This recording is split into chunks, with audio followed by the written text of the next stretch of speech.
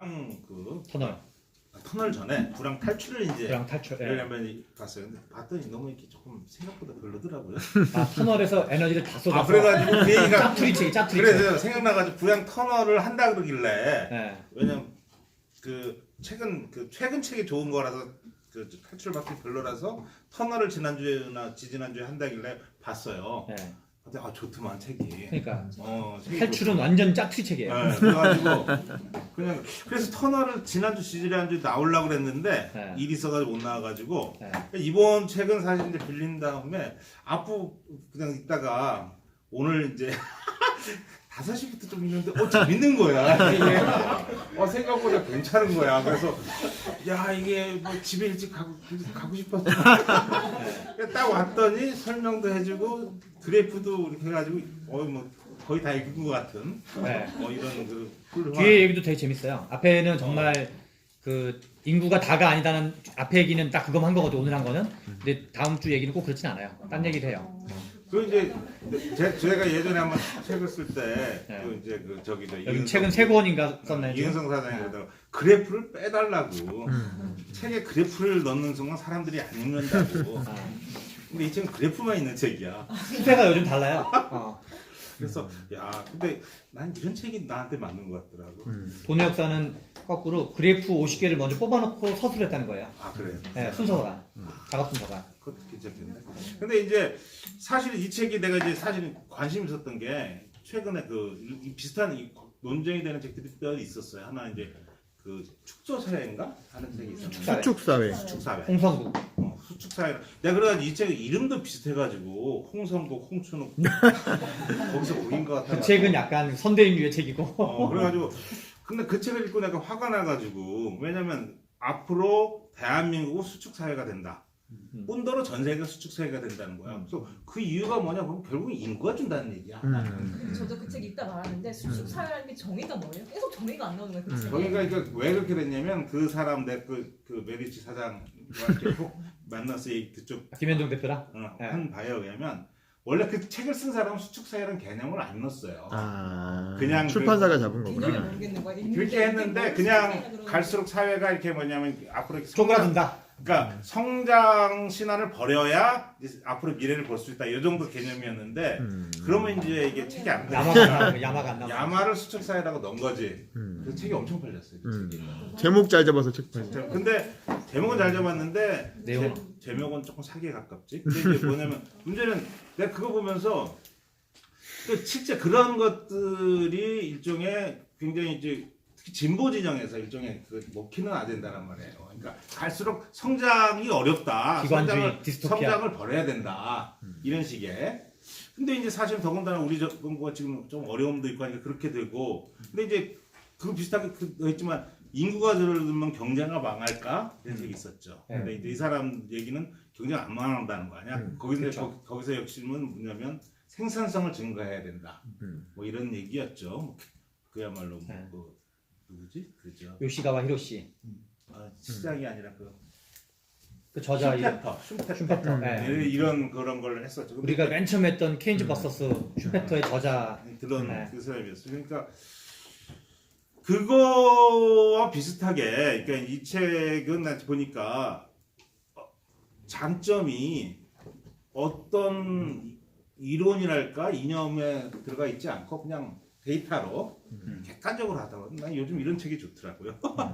그러니까 실제 그러니까 제 나이 제가 저야 여러분보다 나이가 들었으니까 이제 친구들 중에 나이 먹어서 주택 문제와 교육 문제를 좌파의 이념에 빠져서 산 사람은 나중에 후회하더라고.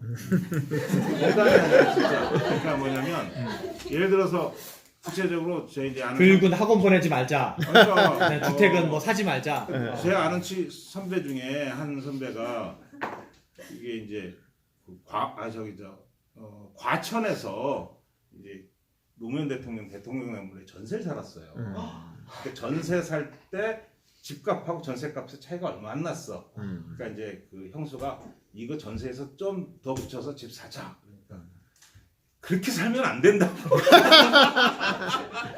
사람이 그렇게 살면 안 된다고. 좌파적 가치대로 살아가는 더군다나 노무현 대통령이 집권하셨는데, 이렇게 사람이 그런 식으로 살면 안 된다고. 이혼은 안 했대 아직? 그래가지고 그분이 불과 몇 년 만에 집값이 엄청 뛰고. 근데 이제 그 사모님, 그 형수님은 또 교육이 좌파적이야. 아이고. 그래가지고 말하지. 이제 부동산자. 교육을 하면서 사교육을 안 시키는 거야. 아이고. 아이고. 그러니까 그 양반이 지금 어떻게 되냐면 전세 살고 회사도 괜찮게 다니는데 자식은 공부하고 이러니까 이제 너무 우울해.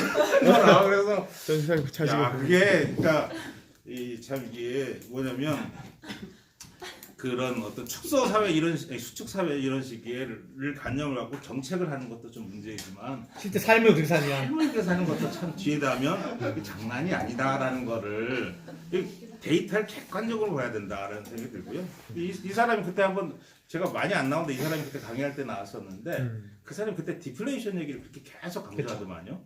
그래서 그때 왜 그랬나 보니까 이 책을 보니까 일본 이 한국 디플레이션을 그렇게 강조할 만하다. 이 사람이 그렇구나 하는 생각이 좀 들었고요.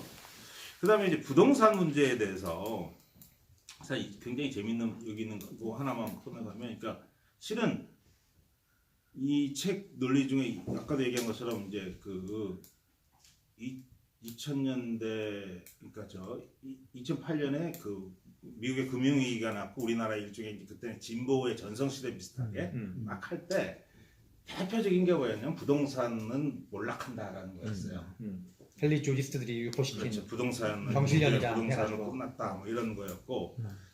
근데 이제 사실 제가 그렇게 생각하다가 보니까 피케티의 그 책을 보니까 21세기 자본. 20세기 자본 네. 보니까 우리나라뿐만 아니라 거기에서 이제 선진국들의 어떤 장기 자본 시기라고. 자본 그러니까 그것의 재산이 어떻게 되는 걸 보니까 거기 아주 단순하더라고요. 뭐냐면 1% 내지 0.1%의 부자들은 대부분 주식 부자고 그냥 부자나 중산층은 부동산 부자더라고. 전 세계가 전부. 전 세계가 다 어떤 거냐? 그것도 주택. 그러니까 19세기 때 부자는 다 토지 부자고 지금 전 세계 부자는 다 도시의 주택 부자예요. 그게 왜 그런지는 그 책에 별로 안 나와. 근데 이제 전 세계적으로 그런 거예요. 그러니까 뭐냐면 야 그렇구나 하는 생각이 들었는데 근데 이제 그러니까 이제 그거 보면서 이렇게 얘기하는 게 틀린 얘기다라는 걸 그때 이제 그거 보면서 21세기 자본이 그것을 쓴 책은 아닌데 나 그걸 그걸 판단했고 근데 또 하나는 이게 이제 부동산 정책에 대해서 항상 우리가 갖고 있는 게 뭐냐면 진보 정부가 들어오면 집값을 내리려고 무지하게 노력해. 집값이 항상 올랐어.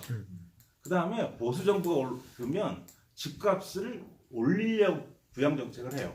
근데 집값이 떨어졌어.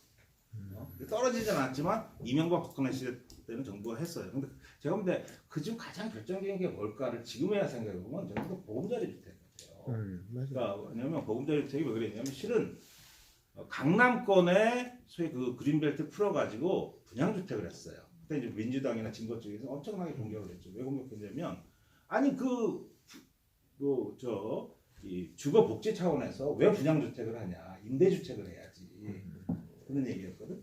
그런데 분양주택을 했어. 근데 그 덕분에 그 당시는 조금 올랐지만 거기서 워낙 강남권에 집값이 싸게 나오니까 그 주변 집값이 꽤 떨어졌어요.